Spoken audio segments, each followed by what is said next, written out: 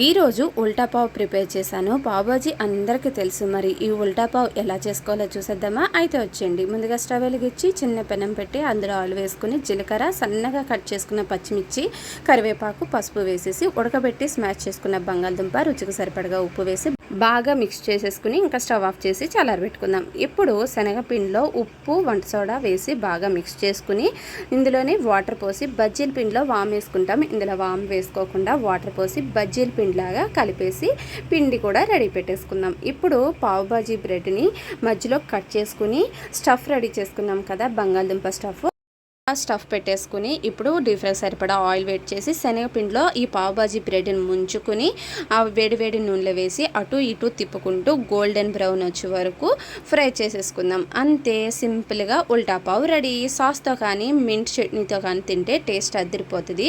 ఈ వీడియో మీకు నచ్చినట్లయితే ఒక లైక్ కొట్టండి.